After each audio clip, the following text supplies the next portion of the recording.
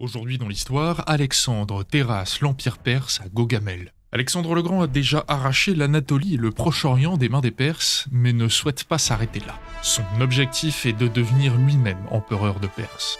Pour cela, il souhaite marcher sur Babylone, capitale de l'Empire. Darius III, déjà défait plusieurs fois, lève une nouvelle armée pour affronter Alexandre. Les estimations les plus probables sur les forces engagées font état de 40 à 45 000 Grecs faisant face à environ 90 000 Perses. Les deux armées se rencontrent sur la plaine de Gaugamel. Darius profite du terrain pour étendre au maximum sa ligne, pour profiter du surnombre et surtout pour utiliser son arme favorite, le char à faux. En face, Alexandre déploie ses phalanges au centre.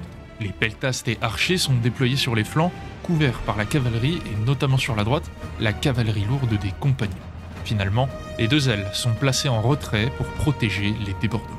Ce sont les Macédoniens qui ouvrent le bal. Ils avancent, mais vont faire progresser leur ligne en diagonale, Alexandre n'hésitant pas avec ses compagnons à s'éloigner de sa ligne principale. La réaction perse ne se fait pas attendre et, croyant voir une ouverture, lancent leur aile droite sur les Grecs. Sur leur gauche, sous tension, les cavaliers finissent par charger et se font fixer par les forces d'Alexandre.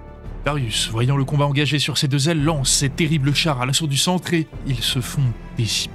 Les Grecs connaissaient cette arme et avaient développé des tactiques pour les contrer, nullifiant totalement leur choc. Les phalanges s'avancent donc, sans crainte de se faire déborder puisque les ailes perses sont fixées, et Alexandre choisit ce moment pour se détacher avec un contingent de cavalerie et s'élancer dans l'ouverture pour venir percuter le centre gauche de Darius. La première ligne perse, débordée, se fait tailler en pièces, et Darius, craignant pour sa vie et celle de son armée, prend la fuite. Il est suivi rapidement après par son armée, et si les Macédoniens ont eu tendance à qualifier cela de déroute, il semble que ce soit plutôt une retraite organisée, Darius espérant alors lever une nouvelle armée sur les bases de ce qu'il arriverait à sauver. Quoi qu'il en soit, les Grecs perdent 1000 à 3000 hommes contre 40 à 50 000 Perses. La victoire a plusieurs conséquences. La première est qu'Alexandre peut librement entrer dans Babylone et se faire couronner roi d'Asie. Et la deuxième est que Darius, décrédibilisé, n'arrive pas à lever de nouvelles armées et est assassiné par ses satrapes qui iront se mettre au service d'Alexandre.